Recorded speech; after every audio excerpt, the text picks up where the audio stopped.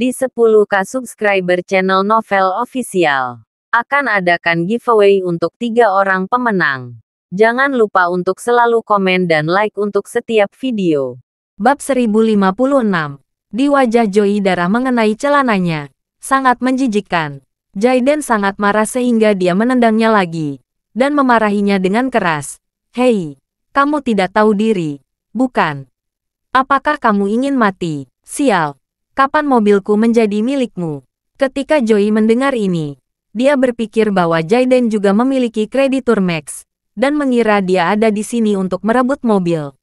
Jadi dia dengan putus asa memeluk kaki Jaiden lagi dengan erat, dan berteriak, "Phaeton ini milikku. Ini Phaeton milikku. Kamu tidak bisa membawanya." Jaiden sangat marah, meraih kerahnya, dan menamparkan wajahnya dengan keras. "Apakah otakmu sakit? Apa kamu memiliki kunci mobil ini? Kapan mobilku menjadi milikmu?" Joey berteriak keras. "Tidak, ini mobil Max. Maksimal penggunaan 620.000 kepada saya. Saya ingin menggunakan mobil ini untuk melunasi hutang. Kamu tidak bisa mengusirku. Persetan." Jaiden meninjunya lagi dan memarahinya. "Kamu benar-benar punya masalah dengan otakmu. Biar ku beritahu. Mobil ini milikku. Anak bernama Max itu menabrak mobilku. Saya memberikan mobil ini kepadanya dan meminta untuk membelikan yang baru kepada saya. Sekarang dia mati. Aku tentu saja mengambil mobil ini kembali." Joey menangis dan berkata, "Bagaimana mungkin? Tidak mungkin. Mobil ini jelas milik Max. Max memiliki 2 mobil, Mercedes-Benz dan Phaeton. Mercedes-Benz-nya tabrakan. Jadi dia mengemudikan Phaeton sekarang. Sekarang dia sudah mati dan berhutang banyak uang padaku. Aku harus mengambil mobil ini untuk melunasi hutangku. Jika kamu tidak memberiku mobil ini, maka kamu bisa membunuhku. Dan aku juga akan mati." Jaiden juga putus asa. Dia bahkan tidak menyangka anak tidak menyerah setelah mengalahkan sampai babak belur. Dia bahkan berani memegang kakinya dan tidak melepaskannya. Tetapi sekarang siang hari bolong. Dia tidak bisa membunuhnya. Tidak peduli seberapa hebatnya dia tidak akan bisa menanggung hal sebesar itu. Memikirkan hal ini, dia hanya ingin segera menyingkirkan anak gila ini.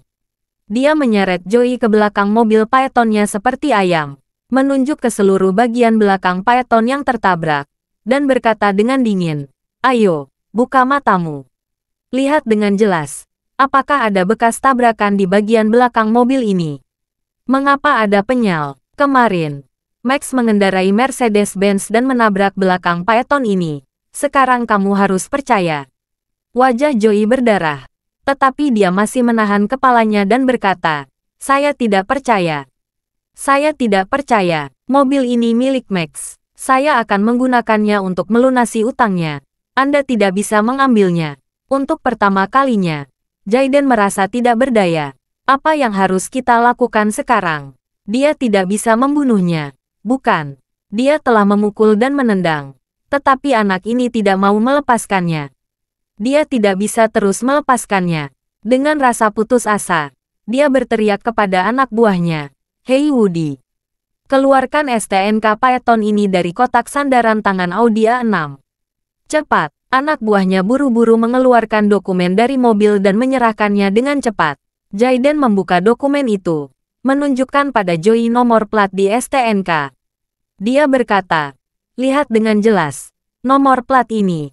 Apakah ini nomor yang sanam dengan Phaeton ini?"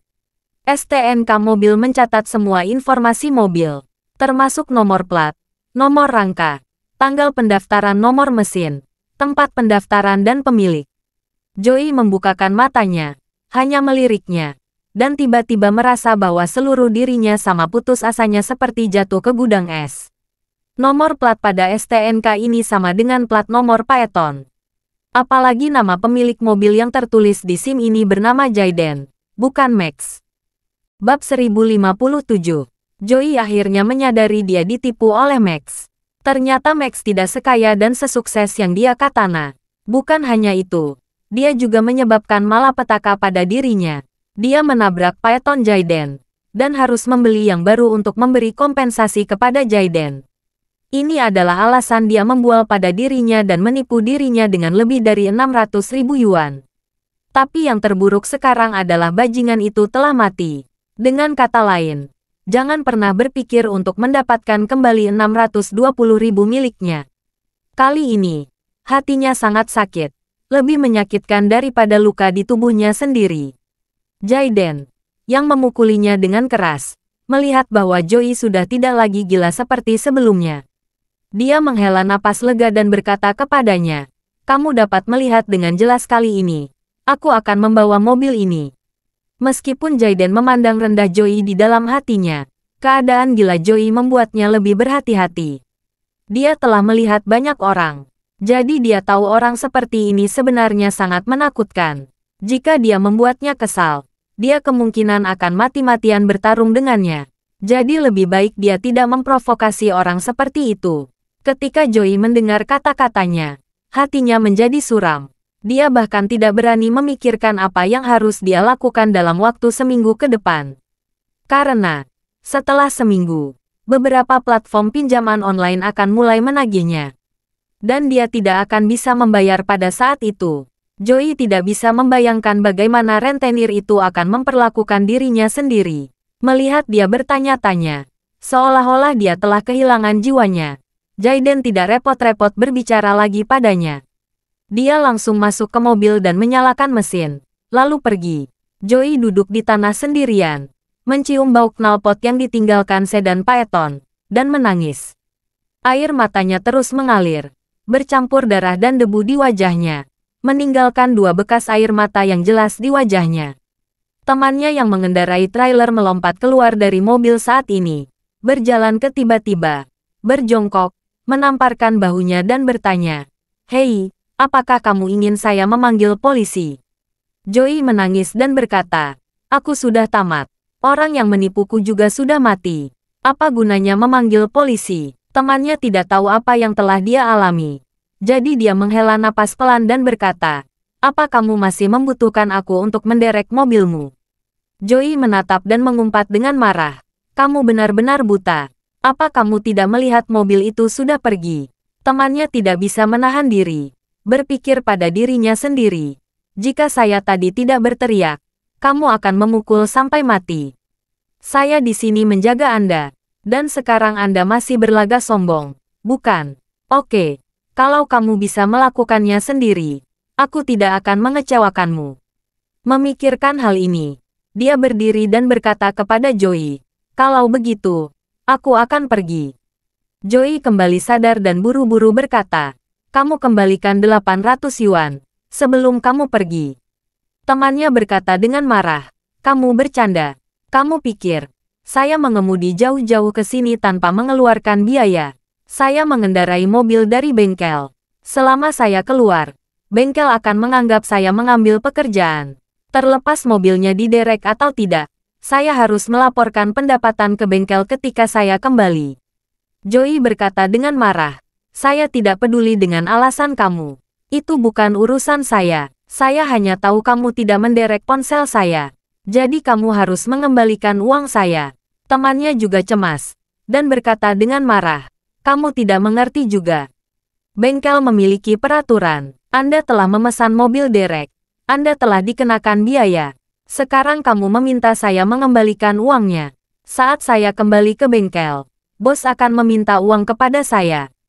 Apa yang harus saya lakukan?" Joey berkata dengan dingin, "Saya tidak peduli apa yang kamu lakukan.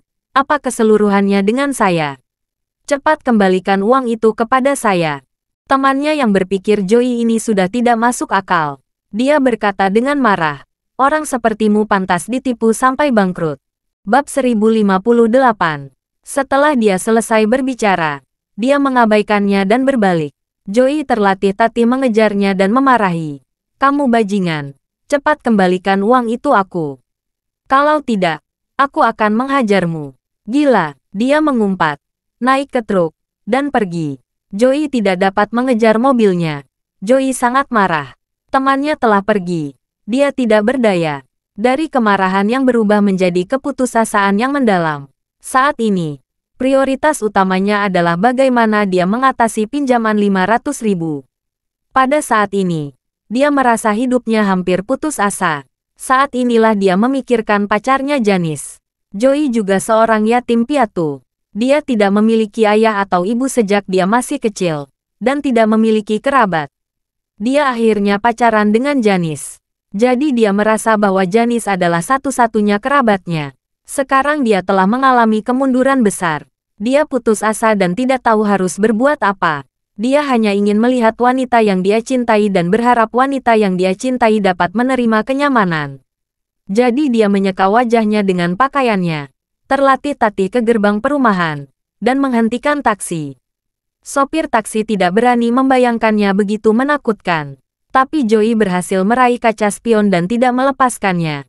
Dia berteriak, "Jika kamu tidak menerimaku, aku akan menuntutmu sampai mati." Sopir taksi tidak berani menolak secara terang-terangan. Jadi dia hanya bisa membiarkan naik dan membawanya ke rumah pacarnya berada sesuai permintaannya. Namun, Joey sekarang tidak punya uang dan tidak mampu naik taksi sama sekali. Diam-diam dia merencanakan taktik dalam hati. Ada gang yang sangat sempit di dekat rumah pacarnya. Mobil tidak bisa masuk ke gang itu, dan itu sangat berkelok-kelok. Jika dia meminta pengemudi untuk berhenti di pintu masuk gang, dan kemudian lari ke dalam gang saat dia tidak siap, dia pasti tidak bisa mengejarnya. Dengan cara ini, dia tidak perlu membayar ongkos taksi. Joey bertekad melakukannya. Saat hampir tiba, ia meminta sopir untuk berhenti di pintu masuk gang. Sopir mematikan meteran dan berkata, "Total 45 yuan." Joey mengangguk, menyalakan ponselnya, membuka WeChat dan menyesapnya dan berkata, "Saya tidak punya uang tunai. Saya akan pindai kode QR untuk membayar." Sopir berkata langsung, "Ada kode QR WeChat di kursi belakang. Pindai saja kodenya." Joey berpura-pura membaca kode QR, lalu berpura-pura mengutak-atik sebentar. Lalu berkata kepada pengemudi, "Uang telah ditransfer." Sopir berkata, "Saya tidak melihat ada notifikasi." Joey berkata dengan sengaja, "Mungkin jaringan internetnya sedang tidak bagus. Kamu akan segera merasa nyaman." Setelah dia selesai berbicara, Joey segera membuka pintu mobil, berjalan seperti orang gila, dan berlari ke gang. Dia pikir dia akrab dengan medan gang ini, dan dia bisa meninggalkan pengemudi setelah masuk gang dan memutar 2 kali. Dia tidak berpikir bahwa dia telah memukul begitu parah. Dia merasakan sakit yang tajam di kedalaman, dan dia terjatuh ke tanah tanpa bisa berdiri tegak. Pada saat ini, pengemudi juga menyadari bahwa dia akan lari. Dia langsung membuka pintu mobil dan mengejarnya. Dia melihat Joey telah jatuh ke tanah, dan berkata dengan marah, "Kamu ingin lari tanpa membayar? Bayar cepat." Bab 1059. Joey berbaring di tanah dan menatap sopir taksi yang kejam. Ekspresinya tidak lagi arogan seperti ketika dia menghentikan mobil dan mengancam orang lain. Dia memandang pengemudi dan memohon dengan wajah sedih, "Tuan, saya baru saja bangkrut. Saya tidak punya apa-apa. Saya masih berhutang banyak, dan saya berdetak seperti ini. Saya benar-benar tidak punya uang untuk membayar ongkos taksi. Tolong biarkan aku pergi." Pelanggan itu berkata dengan marah, "Kamu berhutang banyak. Kita sama. Saya juga masih berhutang banyak. Jika saya punya uang, apakah saya masih jadi sopir taksi? Apakah Anda pikir 45 yuan ini mudah didapat? 45 yuan ini sangat cukup untukku. Aku bisa makan selama 2 hari. Cepat bayar ongkosnya." Joey menangis. "Tuan, saya benar-benar tidak punya uang, dan tubuh saya tidak berharga. Saya mohon, Anda harus mengasihani saya." Sopir taksi berkata dengan suara dingin, "Jangan lakukan ini dengan saya. Jika kamu tidak memberi saya uang, saya akan memanggil polisi." Ketika Joey mendengar ini, dia buru-buru berjuang untuk bangun, berlutut di kakinya, bersujud ke arahnya dan berkata, "Tuan, saya benar-benar tidak punya uang. Bahkan jika kamu membunuh saya tidak punya uang. Saya mohon, saya akan bersujud kepada Anda. Lakukan aku sebagai putramu. Aku akan bersujud dan menyapamu selama tahun baru. Kamu juga harus memberi saya amplop merah juga, kan?" Sopir taksi belum pernah melihat orang yang tidak tahu malu seperti itu, dan gemetar karena marah. Kenapa kamu begitu tidak tahu malu? Apakah kamu tidak memiliki orang tua? Jika orang tuamu tahu bahwa kamu bersujud pada orang lain hanya untuk ongkos taksi 45 yuan, apa yang mereka rasakan? Joey terisak. Tuan, saya beritahu. Saya seorang yatim piatu. Saya tumbuh tanpa orang tua. Saya dibesarkan di panti asuhan Aurus Hill. Saya bekerja selama bertahun-tahun dan menabung 120.000. Tetapi saya ditipu oleh seorang teman. Sekarang, bajingan itu tidak hanya menipu 120.000 tabungan saya, tetapi juga menipu saya untuk meminjam 500.000 di berbagai aplikasi pinjaman online. Saya sekarang berada di jalan buntu. Melihat dia sepertinya tidak berbohong. Sopir taksi menahan diri. Mengapa ada orang yang tidak beruntung seperti ini di era kemakmuran zaman sekarang? Melihat ini, dia tidak tahan. Dia tidak memaksanya lagi untuk membayar ongkos kirim. Jadi dia menghela nafas dan berkata kepada Joey, karena kamu memiliki latar belakang yang menyerap dan tidak memiliki orang tua sejak kamu masih muda, lupakan saja kali ini. Anggap saja aku yang tidak beruntung. Anggap saja aku yang memberi tumpangan gratis. Ketika Joey mendengarnya, dia segera bersujud 3 kali berturut-turut, dan berkata dengan penuh syukur, kamu adalah orang yang baik. Kamu adalah orang tuaku yang terlahir kembali. Setelah berbicara, dia mengangkat kepalanya, menatap sopir taksi, dan memohon, kamu telah memberi saya tumpangan gratis.